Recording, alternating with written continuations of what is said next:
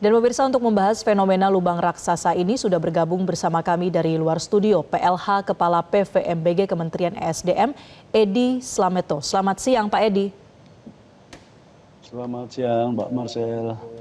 Ya Pak Edi, mungkin bisa disampaikan kalau menurut catatan dari PVMBG sebetulnya sejak kapan fenomena lubang raksasa ini terjadi dan bagaimana perkembangannya sampai bisa mencapai 3 hektar luasnya saat ini? Baik, terima kasih Mbak Marcel dan para pemirsa. Jadi kami laporkan bahwa lubang besar di Kecamatan Ketol, Kabupaten Aceh Tengah ini pada tahun 2021 sebetulnya sudah pernah dilaporkan kepada kami di Badan Geologi, dan pada waktu itu kami sudah mengirimkan tim begitu ya. Jadi memang kejadian ini bukan baru saja, artinya memang sudah berlangsung ya kurang lebih dari 2021 sampai sekarang ya kurang lebih 5 tahun lah ya. Nah, setelah kami mengirimkan tim dan dari hasil pemeriksaan ternyata memang di daerah tersebut di Kecamatan Ketol itu dipengaruhi oleh 3 hal gitu ya. Morfologinya memang curam gitu ya, lereng-lerengnya curam. Kemudian secara geologi daerah tersebut tersusun dari material yang mudah lapuk, jadi produk vulkanik.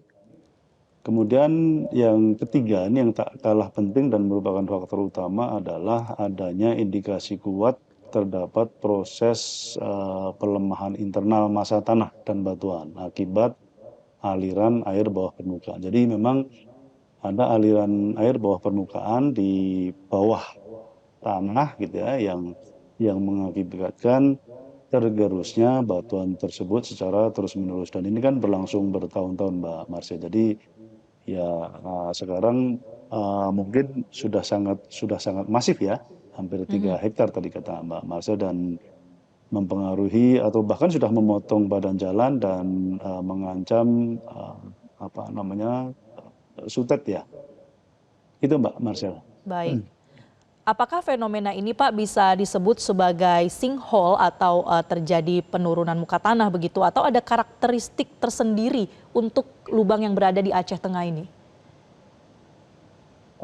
Jadi kalau soal istilah nih ya, ada yang bilang itu sinkhole, dan kami menyebutnya sebagai ini Mbak Marcel, erosi internal atau piping erosion gitu ya dalam istilah geologinya. Itu mekanisme pengikisan material halus di bawah permukaan ya oleh aliran air yang terfokus dan berkembang secara progresif gitu ya.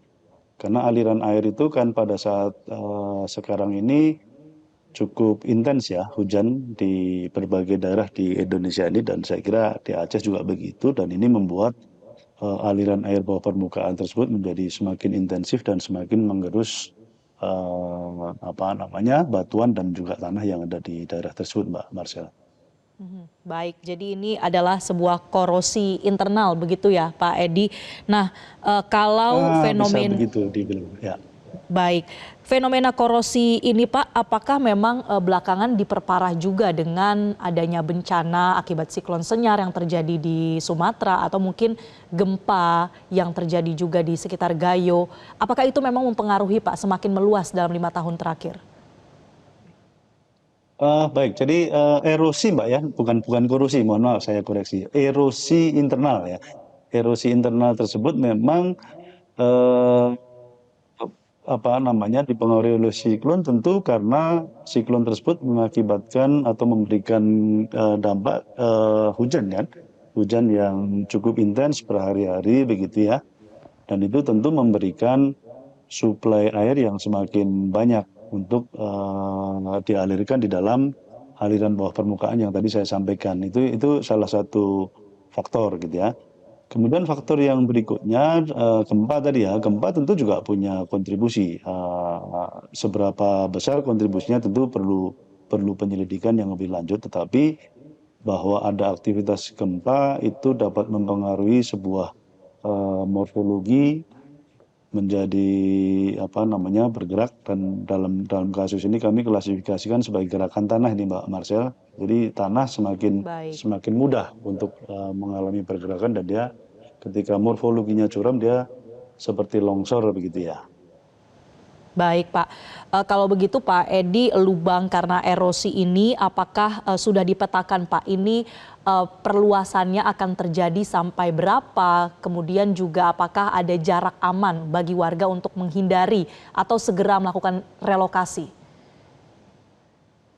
Baik Mbak Marcel, jadi sekarang tim kami sedang ada di lapangan nih Mbak Marcel. Jadi tim Badan Geologi bekerja sama dengan teman-teman di Direktorat Jenderal Ketenaga Listrikan yang dalam konteksnya tadi pemasangan tiang tadi ya, karena kami juga khawatir kalau tiang tersebut misalnya roboh gitu ya, itu akan mempengaruhi suplai listrik kan di Aceh. Jadi ini sedang kami mitigasi bersama dengan teman-teman di Direktorat Jenderal Ketenagalistrikan dan juga BNPB. Ini kita sedang melakukan investigasi lebih detail gitu ya, dan kita mempertimbangkan bahwa kondisi material penyusunnya kan masih bersifat erodibel, jadi sangat mudah tererosi gitu ya.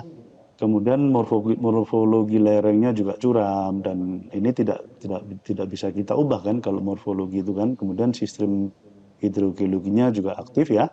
Dan ini sementara dari hasil kajian tim di lapangan, ini potensinya masih akan terjadi perkembangan terus nih Mbak.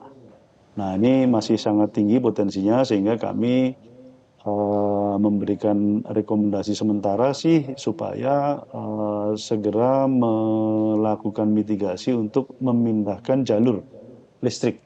Gitu ya. Ini yang sedang diupayakan oleh teman-teman di Direktorat Jenderal Baik. Ketenagalistrikan juga, dan PLN tentu saja ya, sedang berkoordinasi untuk memindahkan jalur, karena kita khawatir nih kalau nanti material yang runtuh itu semakin lebar dan dia kepada tiang sutet, itu akan mempengaruhi suplai listrik di Aceh Tengah dan sekitarnya. Begitu Baik. Mbak Marcel. Ya, kita nantikan Pak hasil investigasi berikutnya untuk melakukan mitigasi yang lebih akurat. Terima kasih Pak Edi Slameto, PLH Kepala PVMBG Kementerian ESDM sudah bergabung di Metro Siang. Jelajahi cara baru mendapatkan informasi. Download Metro TV Extend sekarang.